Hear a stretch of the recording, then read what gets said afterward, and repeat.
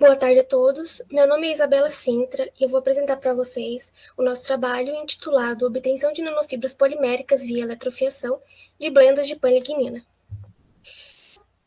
As nanofibras de carbono elas são estruturas em escalas nanométricas que possuem diâmetros estreitos com longos comprimentos e elevada área superficial por unidade de massa e também pequenos poros. As nanofibras de carbono elas possuem uma ampla área de aplicações e um dos materiais mais utilizados para a fabricação das nanofibras de carbono é a poliacrilonitrila. O PAN é um polímero termoplástico sintético atático nuclear que possui elevada resistência mecânica, elevada concentração de carbono em sua estrutura, aproximadamente 68%, e ele é facilmente eletrofiável. Por isso, ele é bastante utilizado para a fabricação de nanofibras de carbono. Entretanto, a poliacrilonitrila, como ela é derivada do petróleo, ela causa um grande impacto ecológico. Por isso, vários estudos estão sendo feitos para a utilização de outros materiais para a fabricação de nanofibras de carbono. A lignina é um desses materiais. Ela é uma biomacromolécula aromática, presente na parede celular de quase todas as espécies vegetais.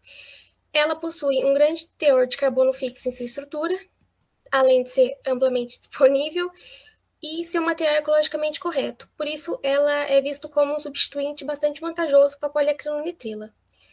As nanofibras de carbono podem ser fabricadas por diversas técnicas. Uma dessas técnicas bastante utilizadas é a eletrofiação.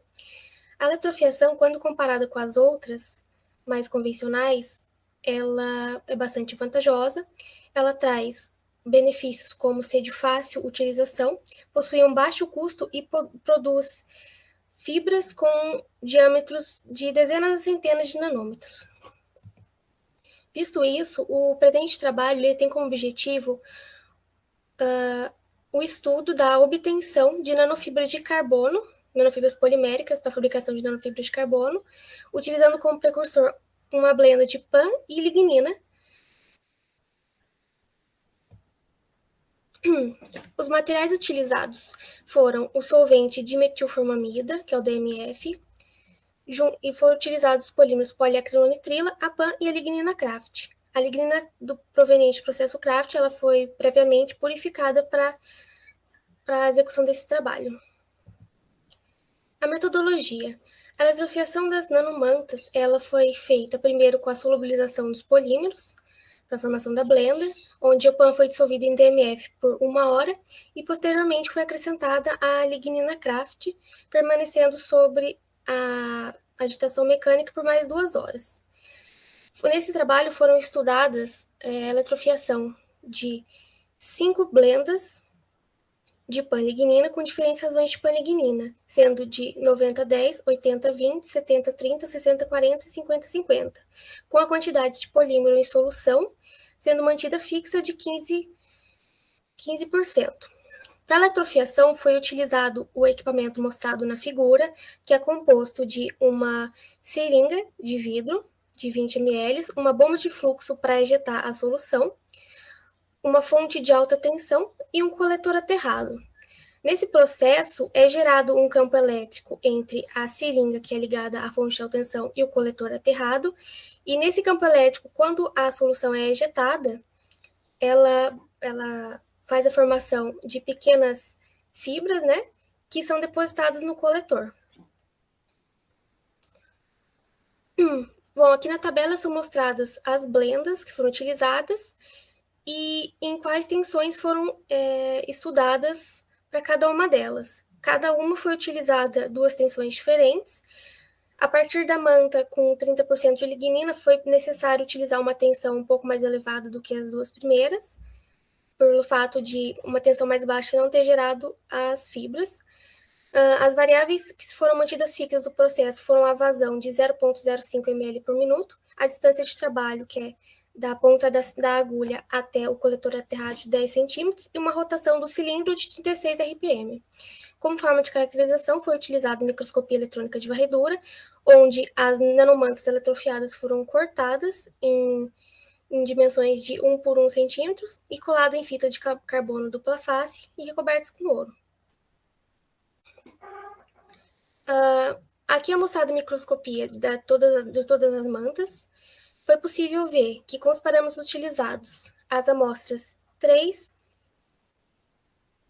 e 5, elas apresentaram um defeito do tipo junção de fibras.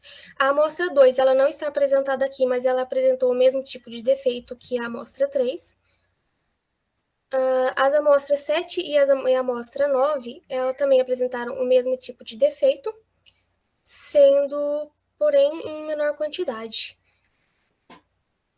A todas as outras amostras, as amostras 1, 4, 8 e 10, elas apresentaram pouca quantidade de defeitos e fibras com diâmetro visualmente homogêneo. Bom, a análise dos diâmetros das mantas eletrofiadas, foi possível ver que as tensões empregadas para a amostra 1, 4, 6, 8 e 10, elas produziram diâmetros mais uniformes, fibras com diâmetros mais uniformes, como é possível mostrar na tabela. Foi também possível observar que quanto mais se elevava o teor de lignina na blenda, mais ocorreu a diminuição do diâmetro das nanofibras, como é possível ver na tabela aqui. Bom, como conclusão, nós podemos concluir que a variação da tensão aplicada no processo pode resultar em mudanças na morfologia das nanofibras eletrofiadas, e sendo que elas podem favorecer a obtenção de fibras com uma quantidade menor de defeitos e com diâmetros menores também. E foi também definido, então, que dentre todos os parâmetros estudados, a blenda com 50% em massa de lignina, eletrofiada com 18 kV, foi a que apresentou os menores valores de diâmetro aliado com pouca quantidade de defeito. Muito obrigada.